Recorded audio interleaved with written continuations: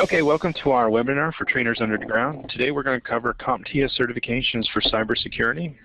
Your presenters today are myself, Don Hester from Las Positas College here in sunny California, and Robert De Roeck from Indiana University, where it's probably cold. Is it cold there? It's getting there. It was 65 degrees today. It's supposed to be mid-50s by Friday. Yeah, that's nice. So we're going to cover basically what the CompTIA certifications are, and they have a new pathway where you can start from a brand new, fresh out of school, little to no experience, get a certification, get a job, start getting experience, and work your way up to the highest level security certification they have. And so we'll talk about that today. We'll talk a little bit also about why cybersecurity, why should you get into that role, or at least consider it. In a future podcast or a webinar, I hope that we will talk about a different topic that I have, and that is that I really view all IT jobs as being a security job. Security is a part of it, but for some reason we have it all kind of separate. I'm an IT admin, I'm going to be a cybersecurity professional. Well, if you're an IT admin, you really are a cybersecurity professional, or should be, and if you're not, look into it. So, Rob, why do we want to get into cybersecurity?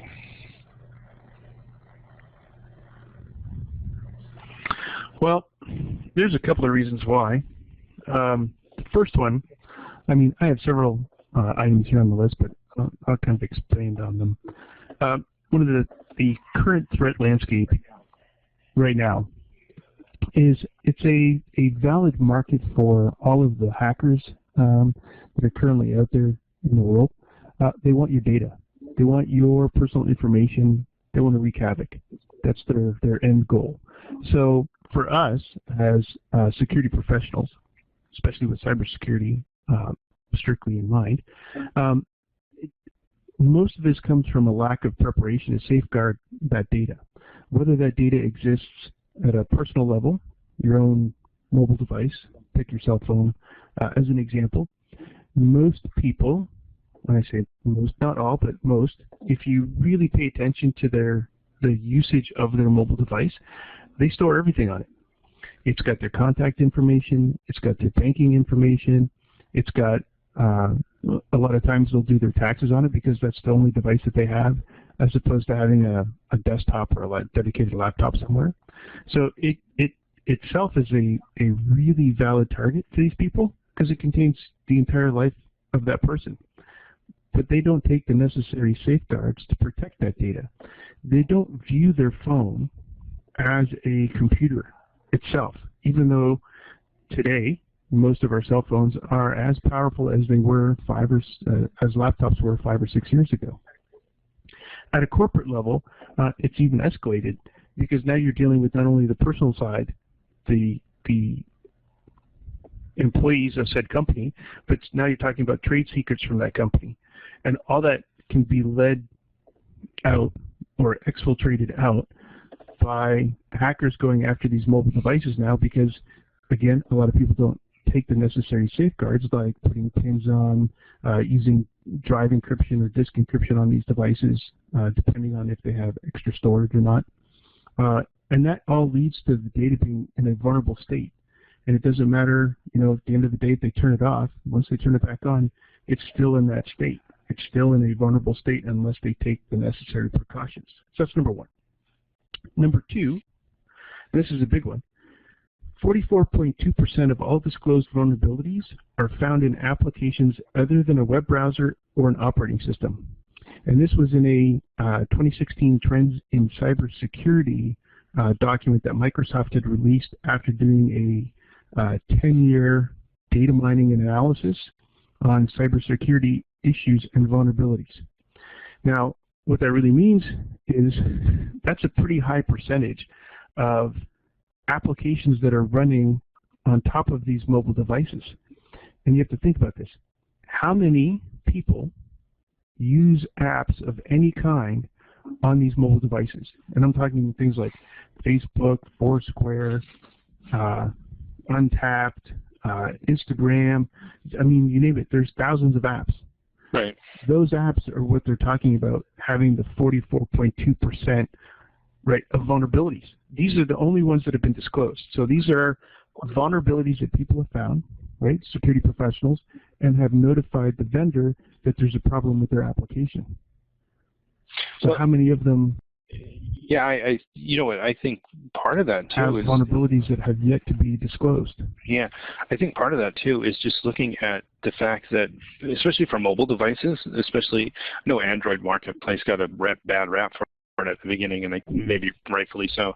Apple maintains a level of quality control, and so did Microsoft before an app went into their marketplace.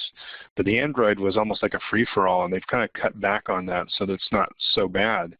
But you still have just anybody who's just a first-year coder who may not know how to code securely, writing applications. It becomes wildly popular.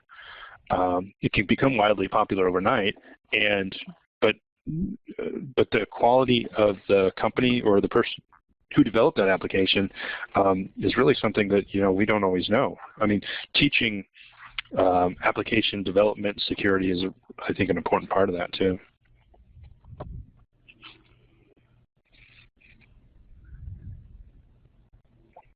Oh yes, it definitely is. I agree 100%. So that's a very interesting point, number 2. Number 3, it's the increase in use of these devices. So what this is basically stating is, think back to 5 or 10 years ago, even in your IT career, how prolific were these devices around? Yeah, people may have had cell phones, but they were like flip phones, if you remember those, right? The good old days. And your limited apps that were installed were already given to you by whichever provider you purchased the phone through. So if you were on AT&T, they had AT&T's applications in there. If you had Verizon, the same thing. Now you're getting these devices that have 16, 32, 64 gigs of storage capabilities, and you can install whatever app you want from the associated store, right? Whether it's be iTunes or Google Play for the Android devices, or the marketplace for Microsoft. But these applications, like you've just mentioned, they have to go through a vetting process. But even then, how well do these vetting processes for these applications go through and actually scan for vulnerabilities associated with the app? Like, I don't know. I don't write apps for them, but I don't know what tools they're using to do a vulnerability analysis on these applications to make sure that they're in a secured state and that they're not calling in outside, extra resources. And a good example of this I'll bring up is Facebook. When you install Facebook as an app in the Messenger, it initially asks you for permission to use your camera and microphone and stuff like that, because it wants to give you a better experience. Well, the downside to that is that it can turn on the camera and the microphone at any point without A, warning you, B, asking for your permission because you already gave it permission, and C, telling you that it's actually in that state.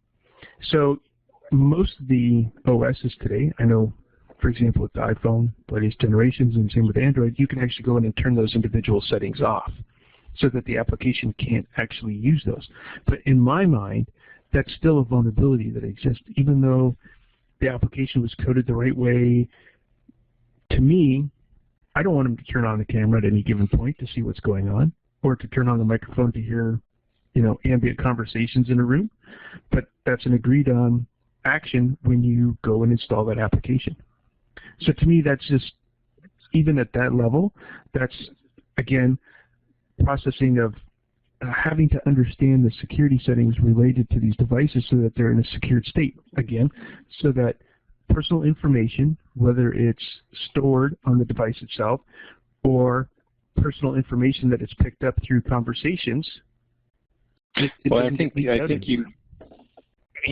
what you're talking about there is really important.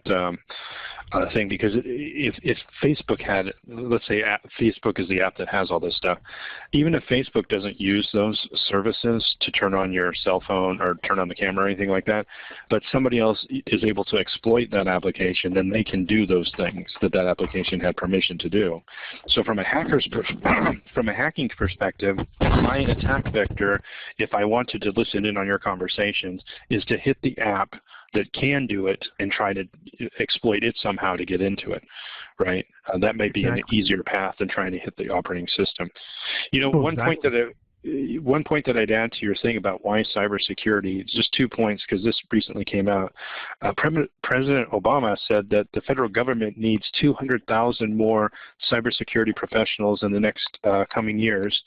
And ISACA, the Information System Audit and Control Association, just did a worldwide survey, and by 2019, which is, I mean, we're almost at the end of 2016, so it's almost 2017, so within 2 years, we're going to need 2 million worldwide. So why cybersecurity? Because job security, I think, is one of the things. As long as there's bad guys, there's going to need to be good guys to stop them. So I would add those on as well, as far as just the increase in threat and the landscape changing. Oh, I agree. And you know, that's the thing. If you look at the IT industry as a whole, to kind of elaborate on this a little, the traditional job functions of a server administrator, most of these processes are now falling into the tasks of automation, whether it's through the use of desired state configuration or like System Center, the full suite where we can deploy, you know, virtual machines to any host, that kind of thing, that's all being managed. Most of the tasks that a typical server administrator used to do are now becoming automated, which means you don't need as many system administrators because they just have to make sure that the automation parts work, right?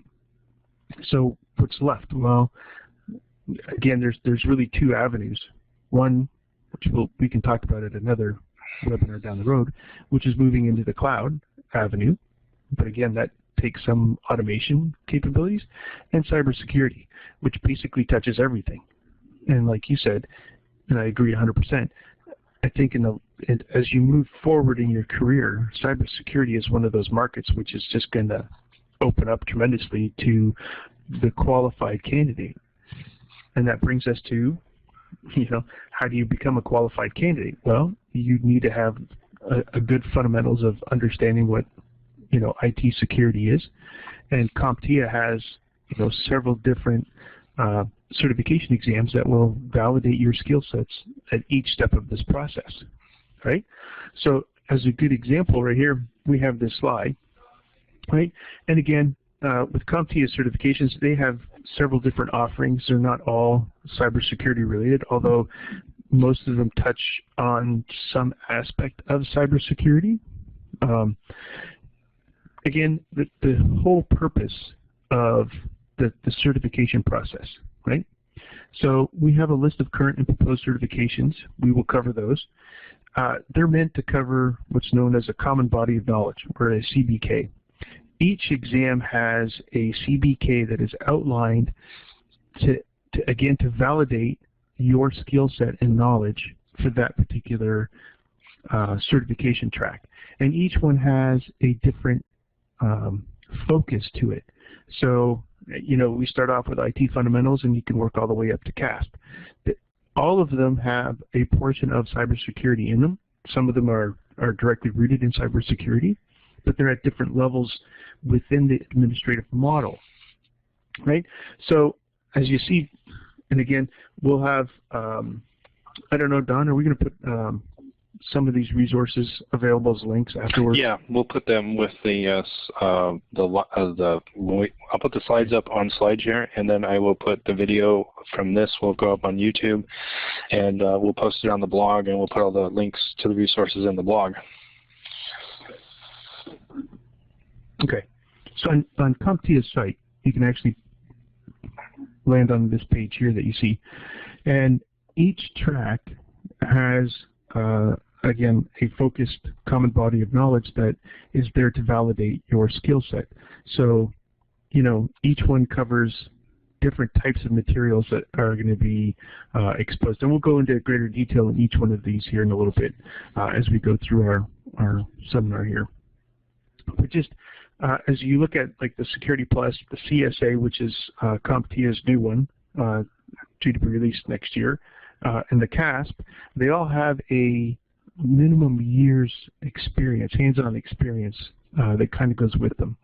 So, you know, we're trying to highlight that, yes, cybersecurity is important, but you also have to understand that you can't jump straight into Security Plus if we don't have a good foundation laid. Right? So we need to be able to understand how things like what network segmentation does for us in terms of a security perspective. Well, that's something you learn in Network Plus as an example.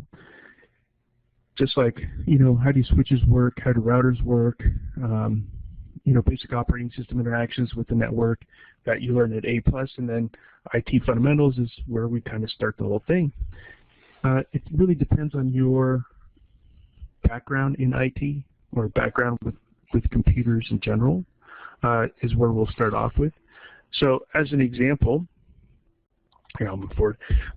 When we look at CompTIA's IT Fundamentals, and their exam code is listed here, and we have one for each of the slides, for each of the certifications. This is listed as the starting building blocks for those who are new to information technology. And it basically covers a broad range of understanding of IT. Like some basic foundational IT concepts like identifying and explaining computer components.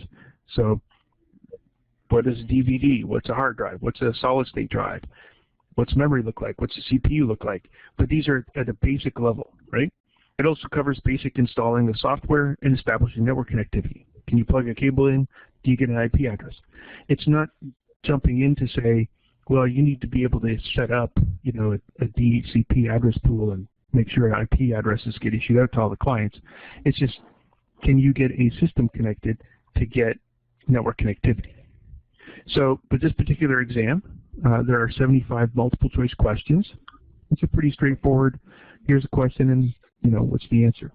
As an example, hypothetically here, question might be, what port does HTTP web traffic oh, I know. Right, on the firewall or something like that. Right, and then it would give you a list of 4 answers, right? So it might say like port 25, port 23, port 70, or port 80, right? So if you know the answer, you would click port 80 and move on. But that would be an example of the multiple choice type of a question, right? You get 60 minutes to complete the exam, so, you know, 75 questions in 60 minutes. That's less than 1 a minute. This is for somebody who's more than new, 1 a minute. So, well, yeah, it's less than 1 a minute. Right, but you also have to understand that the target audience and the questions that they're asking are for those that are just coming into IT, right? They could be high school students, they could be, you know, first-year college students who have limited exposure to computers at this point, but this is the area that they want to get into.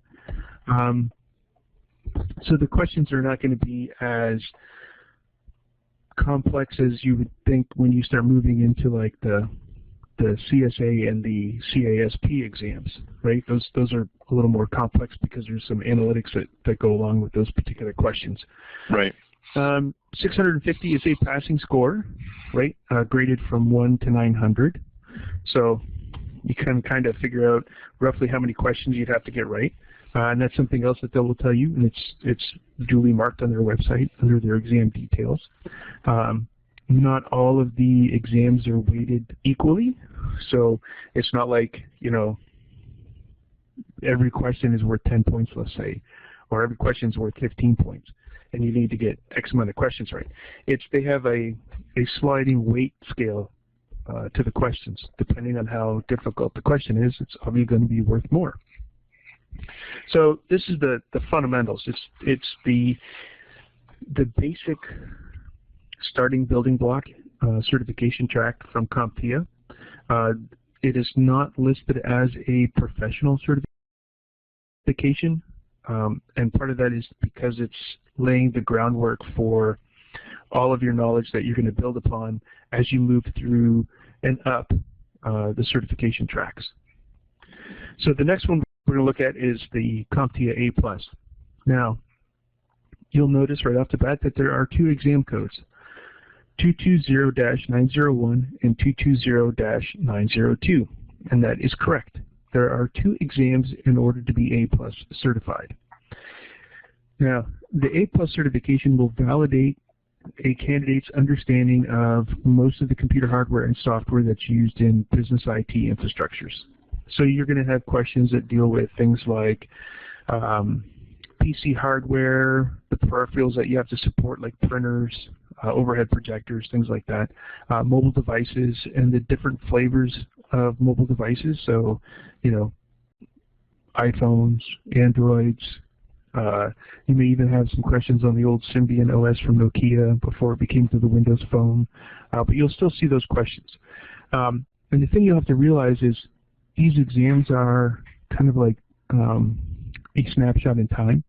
So when the exam development process happened, let's say 2 years ago, it took them probably a year to create that information and then release it out to the public. So by the time it got to the point of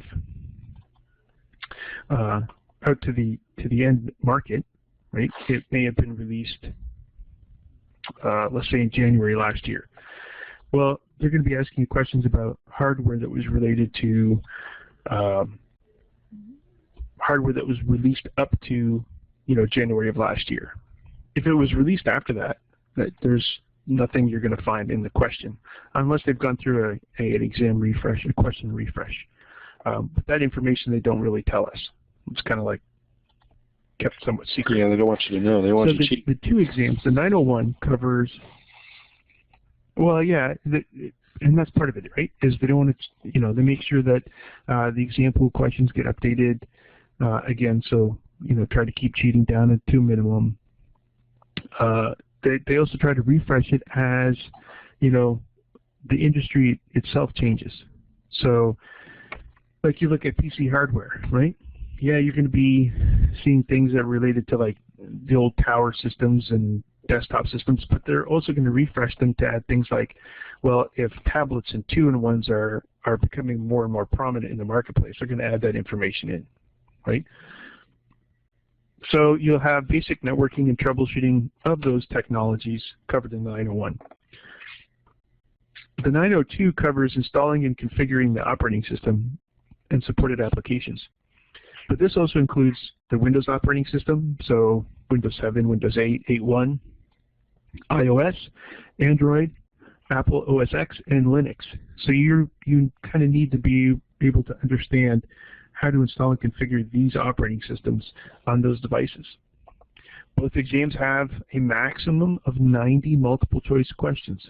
These, well, I should say, they have a maximum of 90 questions that will break down into multiple choice, drag and drop, and performance-based. You have 90 minutes to complete the test. Yep, that's a minute a question, roughly. Now, a maximum of 90 is, you may do really well and they'll stop asking you questions after 75. Or you may be kind of right on the cusp of the borderline of passing, and they keep asking you questions to see if you'll get them right. They have different passing scales. So the 901 requires a 675 on a rating of 100 to 900, and the 902 has a 700 passing score on the same weight. Right? Again, this is one, and we'll highlight this later, but this is an exam that now requires continuing education credits, and we'll talk about that towards the end of the session. But just note, to maintain the certification now, there is a renewal process for A+, and you get this nice little, this happens to be the new logo for the CompTIA A certification, so you can actually put it on your business cards and LinkedIn profile and all that kind of stuff. And they all have new ones. They're kind of nice. The next method is Network Plus, right? So continuing that progression, we went IT Fundamentals, A+, now we're into the Network Plus. This is a vendor-neutral networking certification. The goal is to validate a candidate's knowledge and skills to design, configure, and manage a wired or wireless network. So it covers topics including routers, switches, wireless access points, the different cabling types that are available to you. So you have to understand like Cat 3, Cat 4, Cat 5, 5E, 6, 7, right? Fiber optic connections when you're dealing with like SANs, right? Storage area networks, things like that. That's all found within the Network Plus certification track. And it also covers things like subnetting, network isolation, DMZs, VPNs, concentrators, things like that. So you have a better understanding of how you can secure your network through the proper use of segmentation, right? Or isolation via subnetting. So you have to understand these principles and what needs to happen in order for one subnet to communicate to another. Again, we have a maximum of 90 multiple choice drag and drop and performance-based questions. Test lasts 90 minutes. Requires a score of 720 or better to pass. Again, some of these questions are pretty straightforward, like what's the role of a switch, as an example, to some complex ones, which might be, they may give you a network diagram with an IP address and a CIDR notation, a classless intradomain routing notation, telling you how many bits you're using for the subnet mask. And you have to be able to isolate, or you have to be able to basically map out the entire network, like what IP address would be used for the printer, which one's going to be used for the router interface, and all those kind of things. So that's kind of the Network Plus aspect. The next one after that is where we first land into our very first dedicated cybersecurity certification, and that is the Security Plus, SY0-401. Again, it's a vendor-neutral IT security certification. It basically covers the essentials of network security and risk management. And I say that the essentials is because it covers it at a level that is going to expose you to basically all of the different facets of cybersecurity. It's a pretty big blanket just to label it cybersecurity. As Don can elaborate more on, there's the auditing side of cybersecurity. There's risk management. There's policy creation and enforcement. There's access controls, identity management. There's cryptography if you're doing secure storage. As an example, we talked about data at rest, in transit, and in use, and how do we secure those? Well, data at rest, you could use disk encryption, you could use database encryption within the application layer itself. In transit, right, we can use TLS or SSL connections, we could use IPsec connections to secure the tunnel, right, SSH. To name a few, those connections would then be in an encrypted state.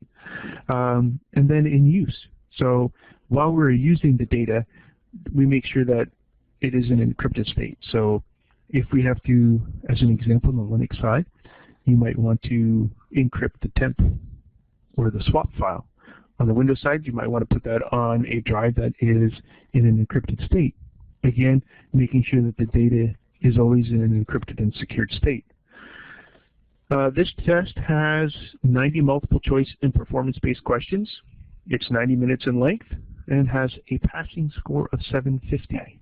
Now, some of the other things that the Security Plus will kind of expose you into would be things like the network security itself, right? Some of the aspects I just explained. Compliancy, so you get to look at things like acceptable use policies, password policies, the land of acronyms here. So you have the Memorandum of Understanding, the Business Partnership Agreement, Service Level Agreements, Business Impact Analysis. You get into disaster recovery and business continuity, right? So you look at things like the maximum tolerable downtime, but these are all different facets of cybersecurity. So the goal, personally I find, part of the goal of Security Plus itself is to try to expose you to as many different avenues of cybersecurity so you can find the one that you really like, and that's the one you go pursue. So as an example, right, Don is a certified auditor from ISACA, right? Me, I'm more on the doing of the security side of things, right? So I'm Security Plus, CASP. I'm also certified as a GSEC from SANS. But I'm the guy who likes to implement all the stuff that Don tells me I need to go implement. That's what I like to do. So, right. But those are, as examples, different facets within cybersecurity and the Security Plus certification as a whole. Right? So as an example, this is where if you are certified as a Security Plus, you hold this certification. What this now kind of gives you paths into different avenues of security-related jobs. So as you see, there's a security auditor. That's what Donald is. Then you have a security and system administrator, like me. Right? I also do some security consulting. And you'll have network security administration. I've listed this as differently because this one deals with those hardware devices and software devices you'll find on your network that help to control traffic. So things like firewalls, IDSs, anti-malware systems, right? They're there to help make sure that the traffic coming into and out of your network is in a secured state. So I list that slightly different than a typical systems administrator or security administrator. But these are just a few of the kind of different career paths that are opened up to you once you have your Security Plus certification. Next up, that is the CSA Plus. This is a brand new certification from CompTIA. This is called the CompTIA's Cyber Security Analyst. And it falls in between the Security Plus and the CASP. Now, if I back up one slide or two. So the Security Plus, they kind of outline that you should have somewhere up to 2 years of, IT-related work experience. So you can understand how all these pieces fit together. The kind of hands-on job experience for the CSA Plus is in that 3 to 5 year window is where they're looking at what you should have as a minimum of hands-on experience. So it gives you better ideas of you've been able to read policies that have been handed down. You can implement those policies. You put in technology controls to help enforce those policies. So kind of gives you a better understanding. Now, what's really interesting about this particular certification track, unlike the Security Plus one, this one is really about your skills and knowledge about threat detection tools, data analysis, and evaluating those results to identify vulnerabilities, threats, and risks to an organization. So to me, this is already, kind of focused in somewhat more of past the here it is, I'm going to implement the policies that you've given me, right? Like setting up firewall rules, for example. This one is more of, right, we've had a exposure of some kind. So, or we need to figure out what threats are exposed if we do X, Y, or Z. So if we put a SharePoint site out into the public facing side, what are some of the threats that may exist? And you would go through and use threat detection tools and vulnerability analysis tools to go check those. Then you'd have to be able to analyze the results of those tools to then deliver a report up to the CASP to say, here are my findings, these are the tools we used, these were the scans we did. Right. Our recommendation is that we need to make some adjustments. The CASP would then take that all under advisement and come up with some policy to help support. Oh, you know, I would. Now, the exam has officially ended its beta phase. So the beta ended right at the end of September. Oh, are you there? I'm sorry, there's a little bit of a lag between me and you talking, but I would add to what you had said, Rob, that there's actually on the website specific software that they ask that you know how to use, like Wireshark, Snort, Alien Vault, open source, SIEM. Those are the types of tools that they're expecting you to know how to use. And it's performance-paced exam as well. So like Rob was just saying, you need to have experience with that and evaluate, look at vulnerabilities, detect a vulnerability, and then come up with a remediation plan for those. And they're going to actually have you using those types of tools like Wireshark and stuff like that. So if you haven't ever used Wireshark, you'll want to make sure that you're familiar with that and Snort and the other ones before you take the exam, because if you don't know how to use those tools, you're probably not going to pass the exam. So they're very specific on that. And I should add one other thing. It says Q1, and tentatively the date is February 15th, which I just read as well. Okay. Yep. So it will be out, like I said, you know, Q1 or February 15th. But yes, you are right. They do list on the site currently under the exam details those 4 bits of software that you really need to understand how to use in order to pass this test. And it's kind of specific. Even though it's a vendor-neutral certification, they're really not testing you on your knowledge of the tool. What they're testing you on is, can you analyze the reports that these tools generate so that you can then find the vulnerabilities and threats and risks that are exposed to an organization and be able to come up with a mitigation strategy against it, right, that you can remediate them. That, I think, is the goal of that particular certification. The next one, which is the last one in the series, which is CASP, which is CompTIA's Advanced Security Practitioner, code CAS-002. This one validates a candidate's knowledge on enterprise risk management, incident response, research, and analysis. Now, this is a fun exam. There's a lot of details in the questions to the answers.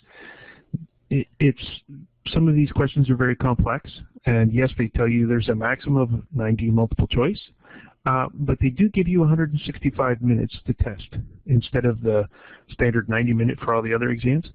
And partly that's because you'll run into questions that are 3 and 4 paragraphs long. Right? They're giving you little snippets of analysis reports, and you have to come up with, does it meet a policy or does it not meet a policy kind of thing. This is the only exam that I know of so far from CompTIA that is a pass or fail only. There is no grading, so you don't get, you're not required to get a 750 out of 900. It's a pass or fail, right? Although the interesting thing is the job descriptions or jobs that typical CASP personnel have are security architects, IT specialists in InfoSec, and information security analyst. Now, I will highlight here that there are some changes down the road for a couple of the certifications that we had talked about here today. The first one is Security Plus is scheduled for a new release, so they will most likely have a 501 series exam sometime in the 2nd or 3rd quarter of 2017. So if Security Plus is on your radar, that's one that you would like to take. The current security exam, the 401 series, will be valid until probably 3rd quarter of next year. They usually have a slight overlap between the 2 versions, and then they will retire the 401. The next one is the next 2 items. As we just mentioned, the CSA has a Q1 February 15th date, and CASP is scheduled for a new exam release in 2018.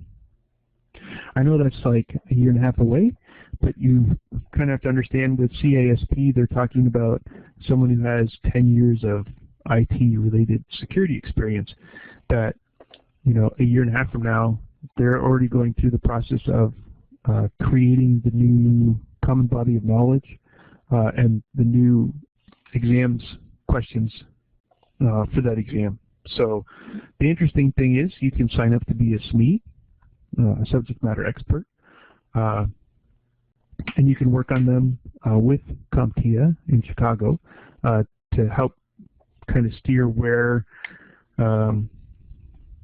the common body of knowledge should go, what kind of questions should be presented, what topics should be asked or covered. And that also, by the way, counts as part of the continuing education requirements. So if you work with them, you'll get so many CEUs based off of the project that you're working on, which is kind of nice. So I briefly highlighted with the A+ as an example. There is now a requirement for some of their certifications to require you to get continuing education units, CEUs. These continuing education units are timed to a 3-year period, and depending on the certification you hold, there are certain CEU requirements. Now, one of the interesting things, there is a typical fee that goes with this, and it's a maintenance fee, they call it, but it's really meant for processing and validating the information that you're posting to them of what you did to validate your continuing education units. So as an example, for A+, it is required that you earn 20 CEUs in a 3-year period, has a yearly fee of $25, so for the 3-year period, then that would be $75. Right? And basically they have a submission form on their website that you fill out what you've done, and there's a whole continuing education activities chart document that they have that outlines all of the activities and what they will credit you for. Kind of like as an example, if you take a higher leveled certification, it typically will renew the lower certification. So the example here I'll give you is, let's say you hold your A+ certification, it's coming up to its 3-year window, you've paid your maintenance fees, you can submit all the required documentation and it will renew. Right? So some of the documentation are things like, you can earn some other non-CompTIA certification. And again, depending on what you're classifying it for and what the certification is, they will give you anywhere from 20 to 75 CEUs. If you teach a course, they'll give you, again, a certain number of CEUs for each hour that you teach. And some of these can be only claimed for a maximum amount. As an example, if you teach a class and you want to cover your A+, well, they're only going to allow you to take 10 CEUs. So you'll have to do something else to make up the remaining 10. And they have a breakdown for each of those. Now, another interesting note is if you actually take the Network Plus certification and pass that exam, that automatically will renew your A+. Just like if you take the Security Plus, that will renew your Network Plus and your A+. It will not renew your Mobility Plus because the Mobility Plus one doesn't cover some of the same material, so they don't give you a full 30 CEUs. Instead, they'll give you a partial. So if you take the Security Plus, they will give you 11 CEUs for your Mobility Plus. And again, this is all outlined in a document that they have available on their website. It's kind of interesting. It's almost like a part-time job trying to figure out what you have to do to earn the CEUs for each of the certifications you hold. Yeah, well, I wouldn't want to. But it's a way to maintain that you are. Oh, sorry, I don't mean to talk over you. There's a little bit of a lag, but I would say though, if you've looked at other security certifications like the CISSP that I have, requires 120 units in a 3-year period, and you have to do at least 20 per year. These are very light requirements compared to some of the other certifications that are out there. The Certified Information System Auditor is very similar to that. Even my CAP, the Certified Authorization Professional, requires 60 in a 3-year period. So, and again, I have to do at least 10 per year. That's not enough to get everything I need, so I need to at least do 20, but they have a minimum there. So the CompTIA seems to be very reasonable at their CE that you need to do. It's just that it's a little bit weird because some of the other ones you don't get credit if you take another exam. You don't. That doesn't count. Right. Well, that's like SANS, for example, my GSEC. I'm required to do 120 in 3 years, right? But I have to do like the maximum I can do in 1 year is 60, right? Now, what's really interesting is, sorry, no, SANS. That's my SANS is like 36 CECs, but to get them, like if you write an 18-page master's thesis on cybersecurity, that gets you 6, just as an example. So their requirements are way more stringent than, as an example, these. Like some of the ones that I've had, like for example, my CEH is 120, and I mean they'll give me, 10 CECs for reading a book on cybersecurity. So I could read, Kevin Mitnick's book, and that counts for 10. I'll write a little, 2-page basic synopsis of the book, and I got my 10 CECs. SANS is a little more restrictive in that sense, right? Like if you go to a conference, it has to be a security-focused conference, and it has to cover certain domains that they have listed. So just like the CISSP, if you go to a conference, they'll want to know what sessions you attended and which ones map to which common body of knowledge now. It's an interesting one. But those are, like I said, most of them are all moving to that aspect now because IT and cybersecurity as a whole changes at such a rapid rate that they just want to make sure that those who are holding those certifications are keeping up with the trends and the changes in technology.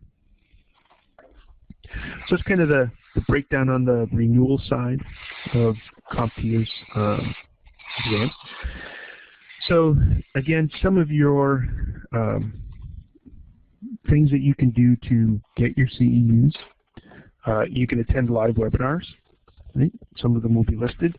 Like SANS, for example, has live webinars. They'll give you a one credit hour for them. They'll give you a nice little certificate, and you can apply that to your CECs. You can teach the relevant course. You could create courseware. You can complete the exam development workshop.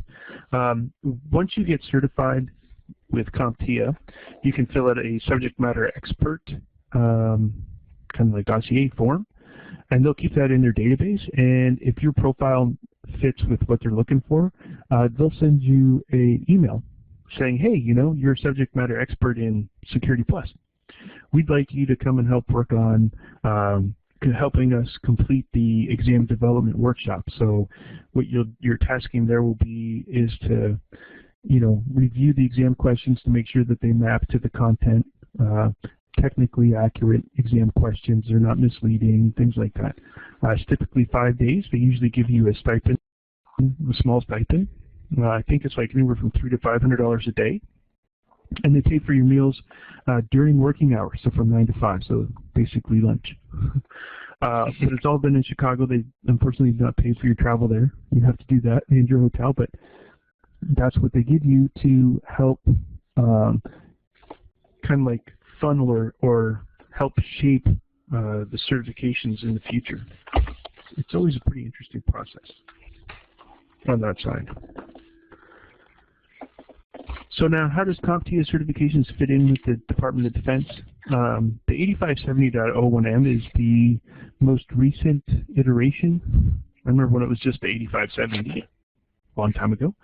But this just kind of shows you the basic 3 different tiering tracks that the Department of Defense has for most of the military, which I will also highlight that most of the government agencies I have worked with kind of follow suit with this same track.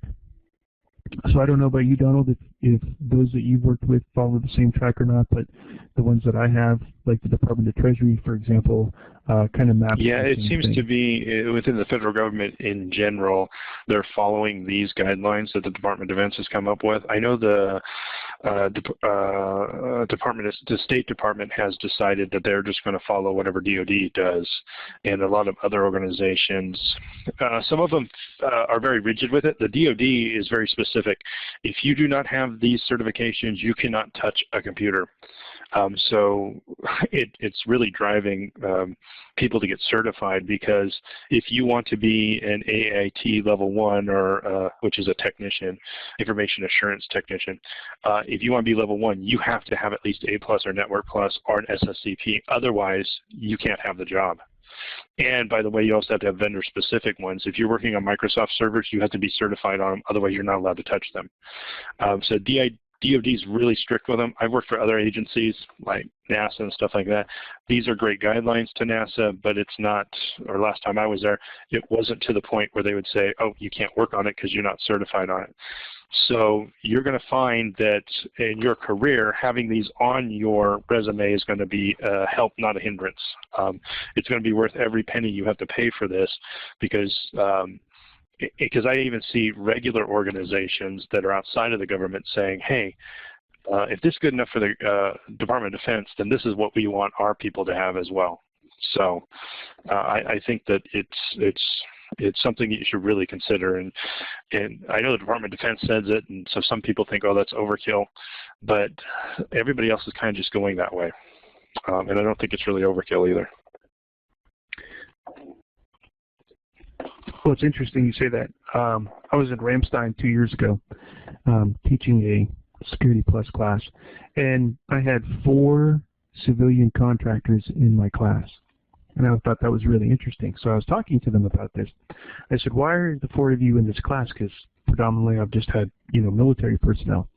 And they said, well, it's because our contracts that we're here on, this base, and they're married to military personnel. So they're civilian workers married to military. They said, well, part of our contract is we have to work on computers, so we have to have Security Plus, right? They're level 2. So I said, well, that's kind of interesting. So just out of curiosity, what happens if I know with the military at this point when I was there, they could take the exam as many times as they wanted, right? Within the guidelines of the vendor, without any real ramifications happening. And they said, we get 2. That's it. We got 2 shots at the exam. If we fail it the second time, we are no longer contractors. Ouch. So it's not even that it's not that they pay out the rest of their contract if they were there for, let's say, a 3-year deal. It's, yeah, you failed it the second time, pack your bags, you're done. That was it. So this kind of highlights from, again, the DoD perspective, which is probably going to fall over to most of the federal government, where, like Donald was saying, you have to hold these certifications to those particular tracks at that level. So these are only going to help you, in the long run. You may think that it's a lot of work now on top of everything else that you do, but the benefit far outweighs the downside, in my book. Yeah, I agree with that 100%. So thanks for attending with us. If you have any questions, yes, there was one question. If you have any other questions, you can post them there. The question is this presented going to be, is this presentation going to be uploaded on YouTube later as well? Yes, it is. In fact, it's recording, and we're going to upload it, and you'll find it here on learnsecurity.org/TU. All of our webinars will be posted there. You'll find information from all of our contributors if you want to get a hold of any of them, or most of them will put a LinkedIn profile available. Still working that out. But anyways, you can check up on upcoming webinars, and we'll have a link there to the YouTube channel, so you can just go directly to the YouTube channel as well. And I don't know that I have anything else to add to all the wonderful things. Oh, the only thing that I would add and maybe this is like an afterthought, is that if you go back just really quickly, when we looked at this one slide, and we're talking about security. When you talk about security, I always look at the security plus and up as being the cybersecurity sort of path, and everything else is like fundamental knowledge that you have to have before you get there. But if they're going to put A plus in there, I mean, it's fair enough for me, if I was saying it, that the Server Plus or Linux Plus or Cloud Essentials certifications also would fit into that area between Network Plus and Security Plus, because every one of those exams that you take actually have security as part of the exam requirements that you cover. But they're also the fundamental knowledge you may need in order to be able to get to the CSA or the CASP as well. And one other note that I put in there, kind of like a side shoot off of all this, the Project Plus certification, not necessarily security, but as an IT auditor, and I'm sure Rob, he's experienced this before, the Project Plus is, or the ability to do project management is an essential aspect for an IT career. And it would be another certification that would kind of not necessarily be cybersecurity particularly related, but it's going to be one of those essential skills that you're going to use on a regular basis. And then one last one is that there's another certification we didn't talk about. Well, one of them, there's a health IT one that's going away. That certification is going to be deprecated, so don't spend any time doing that one. But there's another one that's on there as well that they have. It's called a Social Media Security Specialist or something like that. And that one is good for life. When you take the exam, and it's good for life. You don't have to do continuing education with it.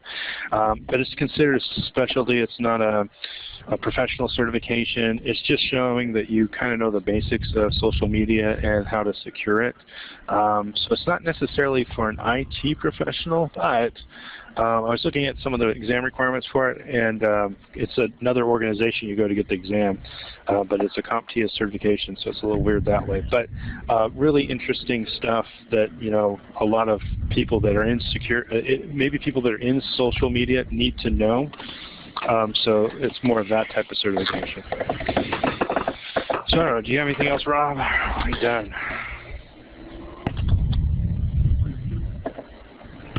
Well, I can elaborate on that one. Yep, I can elaborate on that one a little. So the social media security professional one is kind of targeted for those in cybersecurity that are going to specifically work in the social media space. So this is not only securing like postings and policies regarding like Facebook, Instagram, things like that, but it's actually using those tool sets to do data mining from a security standpoint. So you cover things like, as an example, you would use a tool called Multigo to find all the points of interest that are directly connected with everyone else. So as an example, we could put in Donald's name in this particular utility, and it would then scan all of the social media sites that are currently relevant, and it would start plotting all of the contacts that Donald has with everyone else. And then it starts to build this spider web ring out of how all of these places are all interconnected, right? But that's part of what the social media security practitioner is about. Where this actually came about is the gentleman who was behind it, from Ultimate Knowledge, I think is the actual group behind it. This came out from an incident that happened in 2006 in the Department of Defense. And basically what had happened in a nutshell, a soldier that had just gotten to Afghanistan had taken a picture of 3 attack helicopters that landed at a forward observation base in Afghanistan and posted it to his Facebook page. The Afghani soldiers, or at this point the combatants, were monitoring all of the military personnel's web pages and came across this picture. They looked at the geolocation information that was tagged to the picture. They looked at the shadows that were on the ground, and they triangulated based off time of day, geolocation information, and the shadows, roughly where the helicopters were. They called in a mortar strike and took out the 3 helicopters.